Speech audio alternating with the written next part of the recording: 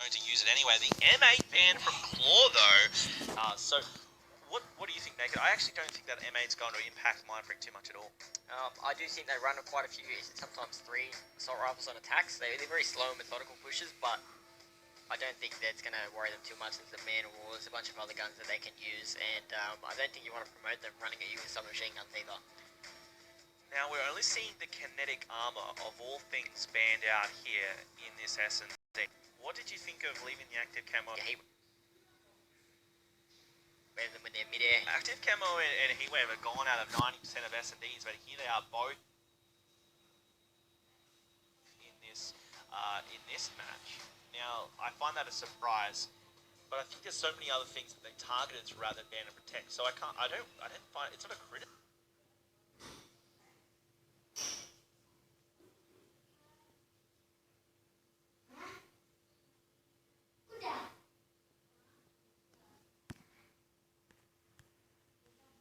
At all, but it's just interesting to know. Also interesting to know is that and hope that they hit, or are they trying to force the opposing team to just always run that flank, or what's the mentality there? I'm assuming they're going to try and sort of push out every side. And hope that they hit, or are they trying to force the opposing team? And hope that they hit, or are they trying to force the opposing team to just always run that? For no reason, just to sort of promote the other teams to come out and always be checking the bomb, because I knew that I'm just going for that plan as long as I had that little bit of cover and a little bit of window of time. So I've always been pretty critical to sort of someone who can man up and go for that bomb sometimes. They just wait for the kills and they never happen. I think that's one dan of the agak nge-lag. Okay, well we're gonna have a look at the specialist draft anyway. We saw Karena that there was an dari active camo USA-nya itu and a memang heatwave servernya picked up for lagi both sides. kurang bagus. No surprises who picked those up. Shocks with that active camo and Farsighter for the NB squad. 2 heat waves, 2 active camos. Vision, this is where we change it up though. You've got to overdrive for both sides, but a Vision Pulse versus a Psychosis. Now, I'm probably overly critical of the Psychosis. As a player, you know, you've competed throughout the CWO in various stages as a filling for ND, and you've obviously competed in the past. Like, what's your take on this from a player's perspective of having a Vision Pulse over a Psychosis or vice versa? I just think the Vision Pulse is really, really good, especially if you want a quick play on the bomb sites. You want to really find out if anyone's there and go for that really quick play at the bomb down. If you can get that bomb down straight away and you know no one's there, there's 4 and 4 with 45 seconds. You just got to play the time, really. If you've got nades as well, there's a couple of seconds stunned or naded away. The big thing for me would be the fact that you can sort of clutch a really, really good 1v1 as well with the Vision Pulse. It's so effective. I just can't see where Psychosis, yet again, is better than it. It's pretty hard to fall for a Psychosis. It might bait out the shots, and a lot of people say the fact is it just baits out that 0.1 second of delayed aim, and that could be the difference, and especially in COD, it's such a small kill time. We've seen it go huge. In fact, we saw a couple of great plays last week. I think it was on Wednesday. We saw some massive plays with Psychosis in the hands of Damage, I think, for Tainted Minds. I think there's obviously great opportunities to use it, but man, do I get tilted when you use Psychosis and they just run just behind you, man. They fall back, they're giving up real fast. Again, I'm probably running away along with those drones. If I'm up against a team like Mindfreak, Granby, that's for sure. We're going to be heading into the SD. Mindfreak on the attack. Pertandingan mulai as the Black Ops squad, we'll see how they're going to do this one. Do Mindfreak have any particular strats that they usually go for on this map, Naked, or are they just trying to mix it up and wing it each time? I think they go for a lot of splits, so they try and get a pick and then work with that. As you see, Buzzin instantly gets the kill, they start to push in for a little bit of A control. But yet again, see, they play very, very slow, which I'm very critical of. I'd be really fast on capitalising on that pick. You see that Varric scope with the SVG of Claw, and it's not going to do anything but bring in bad luck. This is going to be nated to hell. Shocks putting pressure over on that B site, maybe throwing them off for about 1 second as they now see the bomb down over at A. We'll see how these guys push out. Malge is actually going to push. Shocks was in cages. Shocks should get the jump, and he will. Last player left. Shocks goes for it. He's taken down, so Cone's at least picking up the 1 kill.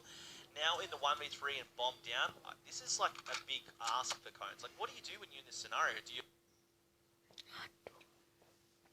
try and risk it for a little bit and perhaps give him the kill, or do you...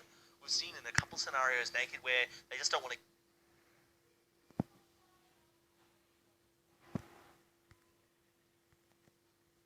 scenarios, Naked. 2 seconds and then jumping off to not risk giving them the points from the bomb plan, obviously, but with buzzing on 2 kills, you wouldn't want to risk the death anyway. I would have jumped off a long time ago, to be honest. Let's have a look. Here we go. See you later, son. So 1-0 at the start of this one to Mindfreak. I don't mind that too much. He was back in the corner, back to the wall. He could have just picked off someone as they were trying to go for the kill. Wasn't meant to be. Mindfreak, that was actually pretty nice, and I think that was all set off because of that first kill from Barzo, and it'd be in the hands of Claw as well. Overkill was left in play, and you can see he was utilising that. We'll see how these guys run straight out towards mid, and you're going to see a player over in cages already. This is going to be Cones with an XR2, did tag up one. He's expecting to hold off a couple of players there, but you can see Envy have actually gone for the A push themselves. They've got a player set up in Hunt, and now watching the wall runs Claw. I think this is a great opportunity. He's going to be tagged up though, so they're going to know where these players are. Pushing to bottom broken. There's going to be another tag out from Fighter. If he checks his corner, which he has to, he'll find one round the back over on Generators. Vilesider goes down. Claw maybe challenge right here. Picks up one slowly, so we're going to have a trade-off there.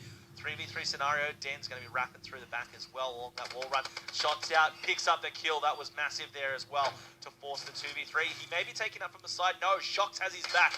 And now that's going to leave Claw all alone. And wow, you can see there he was going to be tagged up with that tactical. And then naded, making it look easy. Mindfreak, they're going to get the disarm here and working towards his dart. Will be Buzzo.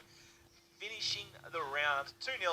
Beautiful start here to Mindfreak. You know, I'm really liking this. You know, Envy, they're putting on a lot of pressure, but Mindfreak, they're, at least in these first couple of rounds, their SMD's been on point. Yeah, I like what Envy did from the start there. They pushed Vilesider, as I said, pretty much a veteran player, what we used to sort of do in teams.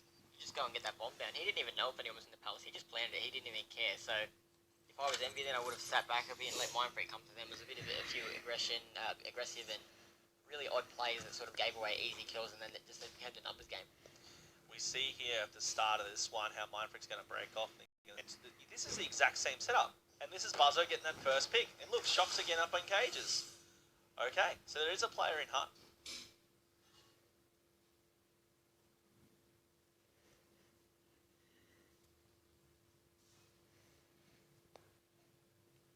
He may not push this. He's just going to wait there, hold out tight. Oh, you can see there he peeked a little bit. Farsighter saw that, tries to get some shots out. Not going to move though. Oh, he does try and get that angle. You can see there. He needs to watch himself, because look at that. Buzzo just destroyed. I don't know. What do you think happened there? I don't think Vilesider should have pushed that. No, definitely not. And the way he needed to push it earlier if he's going to Around glass, mate.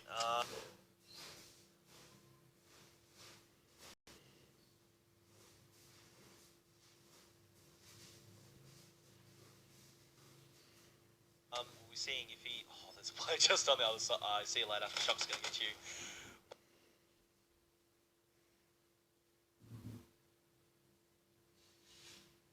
Bomb.